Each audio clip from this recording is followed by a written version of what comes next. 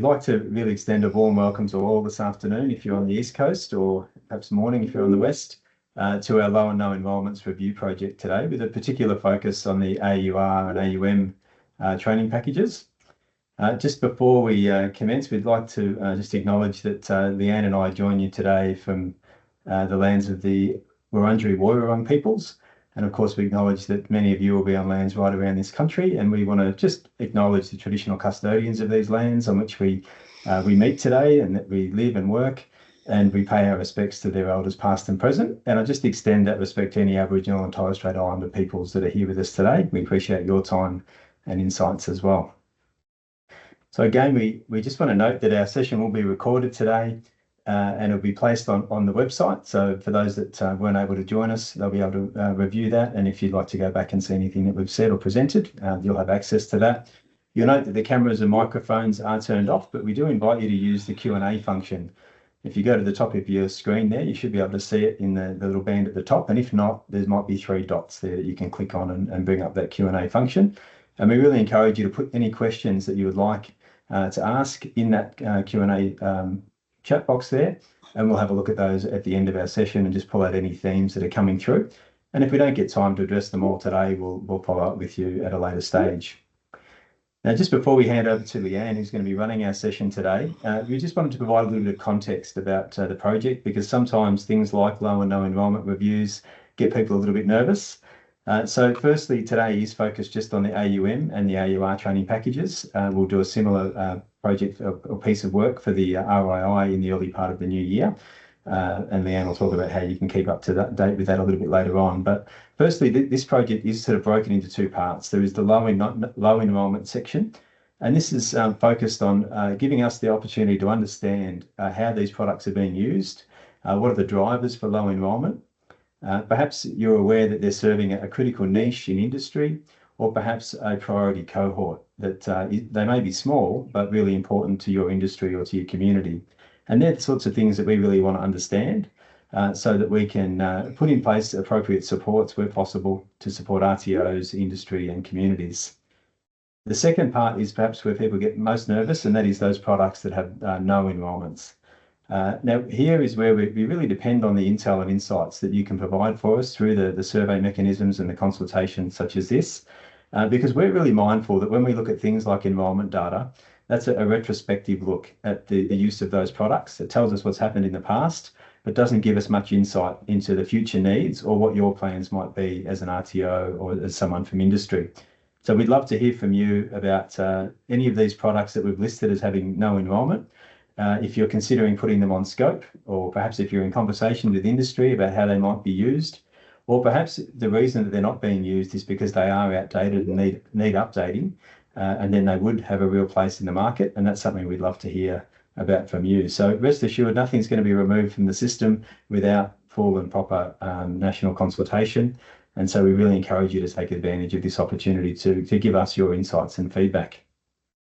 So with all that said, we thank you again for your time and energies today, and we'll hand over to Leanne to begin our review. Thank you, Simon.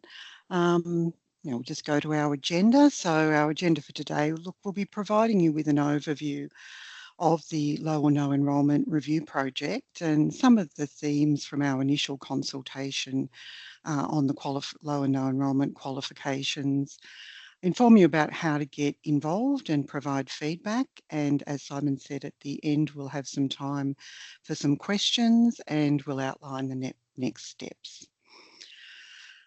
So the objectives of the webinar today, so the purpose of the webinar is not to go through all of the low and no enrolment components, because there are 335 of them across the 2 training packages. This webinar aims to provide you with the information you need to review the low and no enrolment training products, identify those products that impact your industry or training delivery, and step through the project website, show you where to find the resources and how to provide feedback. Next slide. Thanks, Andreas.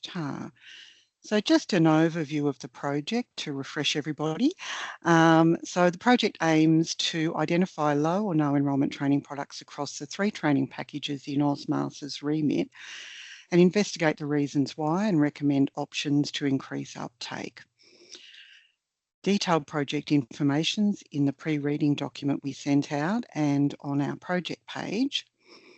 As you can see from the timeline on screen, the project was paused for a period while we undertook important qualification reform automotive categorisation project. Some of you would have been involved in consultation for that project, and that also examined low or no enrolment in qualifications. So there's been some overlap between the two projects, and we were able to use the low and no enrolment analysis we'd already completed at the beginning of this project to inform the low and no enrolment component of the categorisation project. So we're now recommencing this project with the public consultation phase, which builds on insights gained from the categorisation project. So those insights will be used and considered as we review those and consider options to increase the uptake and identify any components that are genuinely no longer required in the system. So as Simon said, we won't be deleting anything that still is in use or there's an intention to use it in the future.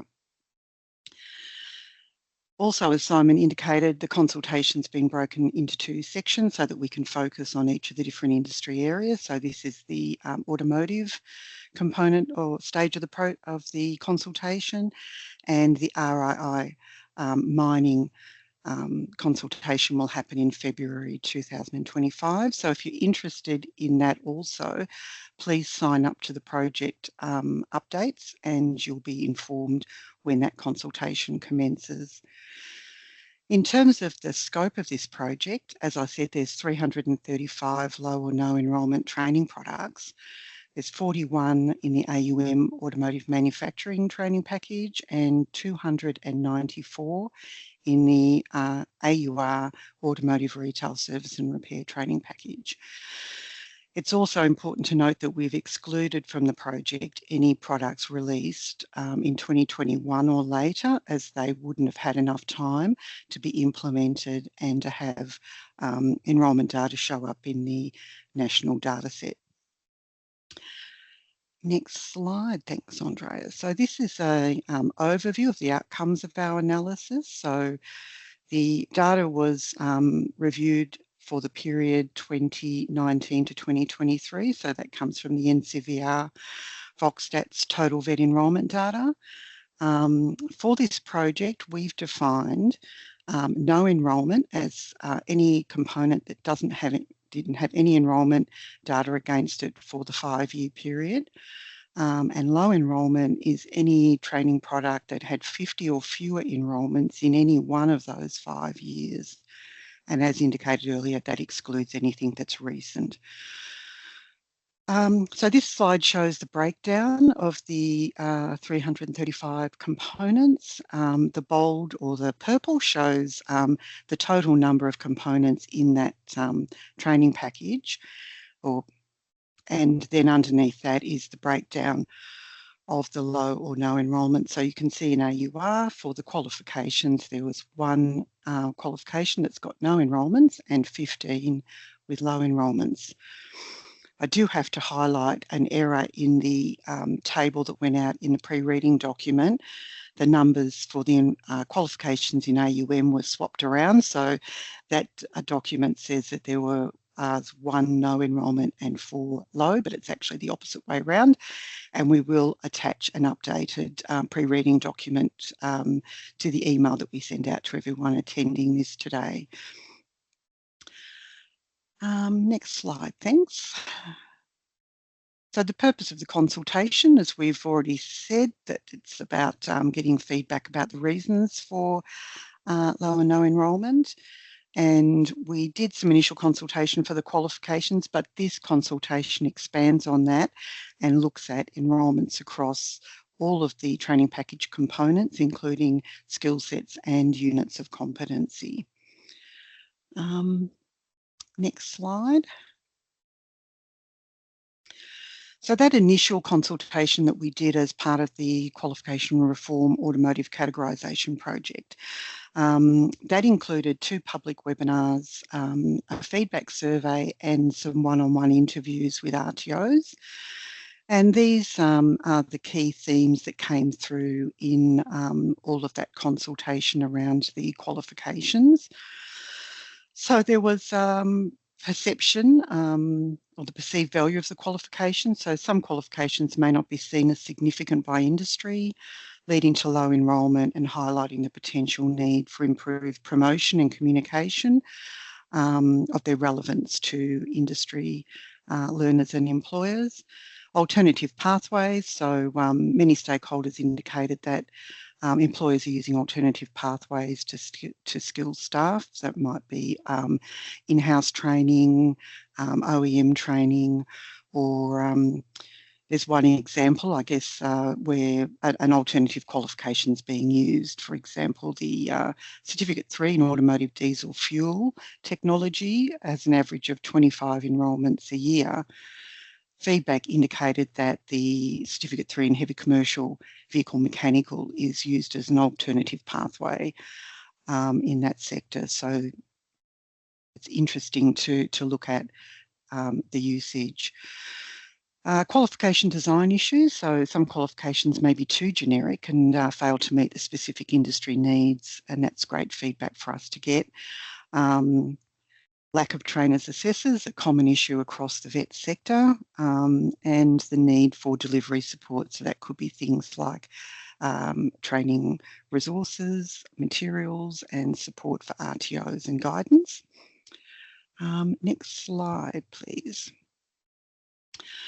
So given the number of training training products within the scope of the consultation, we've grouped them into industry subsectors, and on the slide here we can see for the AUM automotive manufacturing sector, there are 3 subsectors: passenger vehicle, heavy vehicle, and then there are components that are common across both. If we look at the next slide, we'll look at the AUR, a much larger training package, and therefore it's got a lot more industry subsectors. So we've chunked them in the material that's gone out in the pre-reading and in the consultation strategy, and we'll see later on our website. The idea of that is to support you to focus your review and feedback in the areas that are important to you or that impact on your delivery. We've used the coding in the training package companion volume to break down the components into those sectors. So it is important for you to review and identify what is relevant in your area of interest. So now we are going to go and have a look at our web page. So the idea here is that we just want to step you through, show you the project web page, where the information is, and how you can access it. So this is the landing page for the project, and you can see there in the dark blue, subscribe to this project. So if you go into this page, click on that link, you can fill out a form and you'll be informed as the project progresses through the different stages. If you scroll down, there's also that timeline that we showed you in the earlier slide, and you can see there's a couple of key contacts, myself and Moira, that you can reach out to if you've got any questions going forward. If we go now to the consultation tab, thank you. Where it says get involved there in the light green, that's where you can find the consultation strategy, and we might just have a quick look at that. I said earlier that we've provided the information in 3 different areas. One of them is the consultation strategy. So Appendix 1 provides a list of all of the low and no enrolment components grouped by those sub-industry categories with hyperlinks to training.gov.au page, so you can just go directly from there to review the product if that helps you. Might just go back to the consultation page, thank you. And then if we scroll down, we'll see there's the full list of the low or no enrolment products, and this allows you to filter and search and look at the products. So if we look at passenger vehicle, put that in the search field and hit enter, we'll see that it now filters it all by everything in the passenger vehicle industry subsector. If we put in a keyword like heavy, it'll pick up all the heavy vehicle, anything with heavy in the title of the component. And you can also put in low enrolment or no enrolment and filter it that way. So we hope that that helps you to investigate the components and identify those. So if we now go back to our slideshow, thank you. The other way to provide feedback will be a survey, which will be loaded, a link to that will be loaded onto that consultation page that we looked at. And so the survey, just give you some screenshots to sort of step you through what that will look like. There's this demographic information that's included in all surveys. If we go to the next one. Next slide.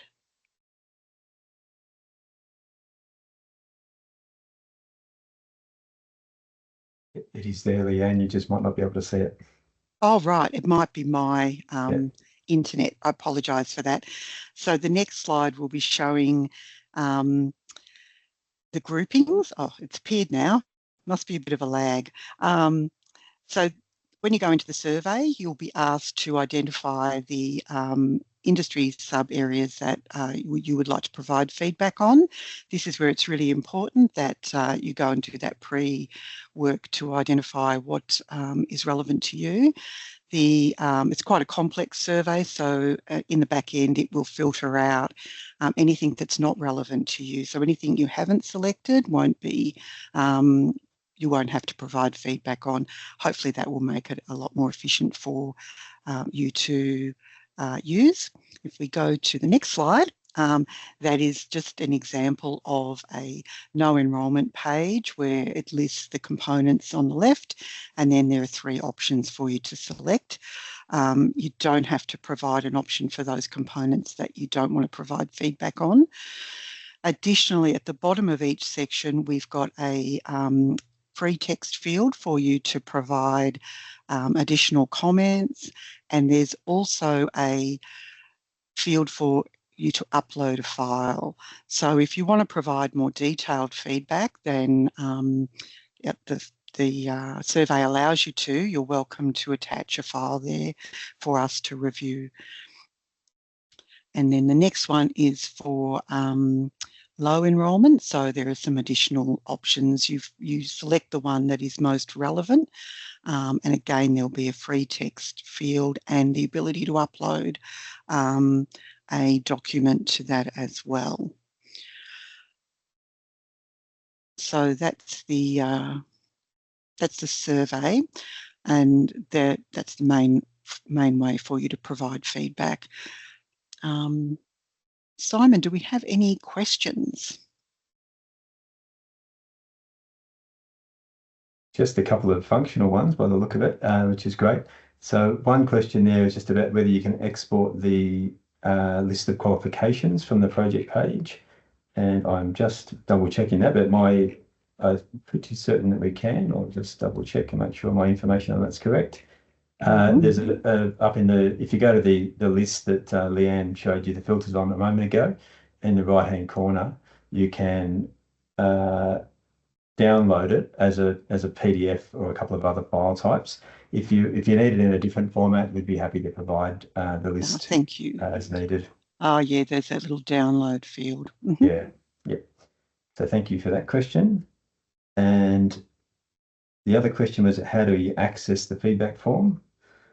That will be, a link will be posted onto the consultation page.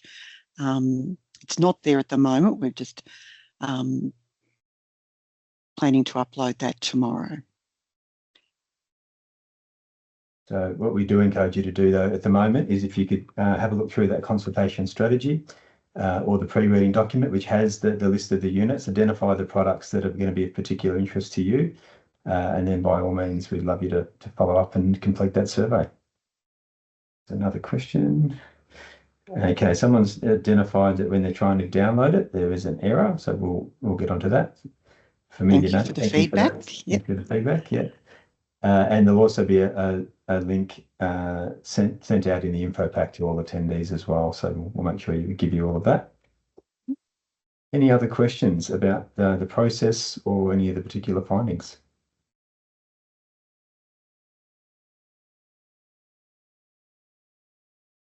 Take that silence as no. Well, thank you for your attendance today. Yeah, now we've got one more slide, sorry, Simon, just to talk about the next steps. So the feedback survey, as Simon said, we'll send a link out to that to all participants of the survey and it'll be posted on the consultation page. Respondents, the responses will be collated and inform what goes into our report and options paper. The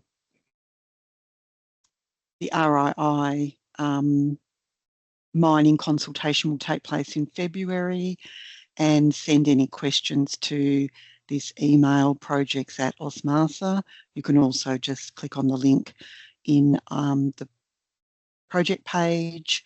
We will PDF this presentation and put it on our web page, and we'll have live links that go to the subscribe to the project. You can also subscribe to Osmasa's monthly newsletter, The Journey. And we also just wanted to make you aware that we do have another project that's running alongside this one, which is the Superseded Unit Review Project. And there is a project page and information there. You're welcome to go and it is for automotive and for mining. So please also go and subscribe to that project. We currently have expressions of interest to form a tag for that project open until the 10th of January. So if you're at all interested, please go and review that. You're welcome to contact us if you've got any questions about that. And I think that is it, Simon. Yeah. Thank you, Leanne. Sorry to cut you off before. Yeah, really just a good point there about jumping on the website and subscribing to The Journey. We encourage you to do that because through that newsletter, which only comes out monthly, we promise not to spam you, but you'll stay up to date with any of our other projects as well. So being that many of you will be from the automotive industry here today, obviously, there's some other projects that will interest you, particularly around hydrogen, and some others that will come up as well. So we encourage you to get involved with those where you can, to make sure that we've got all the necessary information to make the best decisions and the best products to support your industry. And we've had a couple of questions about sending some links and things. So if you can't see those in the, I'm not sure if you can see those in that chat, but if not, we'll follow up with you directly and provide you with all the necessary links. So perhaps, unless you've got anything else, Leanne, I'm just going to say, while you think about that, a final call for any questions in the Q&A, if you've got anything that you've been wondering. Up? No? All right. Any final thoughts, Leanne? Looks like people can see the links that I've posted, so hopefully that's beneficial. I've put the subscribe and the overview page for the project link into the Q&A. Terrific. And we'll make sure that in the follow-up emails and things, you'll have all the necessary links and documentation that's required as well, to keep it as easy and simple as we can. So again, can we just extend a thank you to you all for your time and energy at this time of year? We know everyone's running on empty a little bit as we close into the summer break. So thanks for your time and attention. We really do appreciate your feedback, and we saw many familiar names in the list of attendees there. So we thank you for your continued support, and we look forward to working with you again in 2025.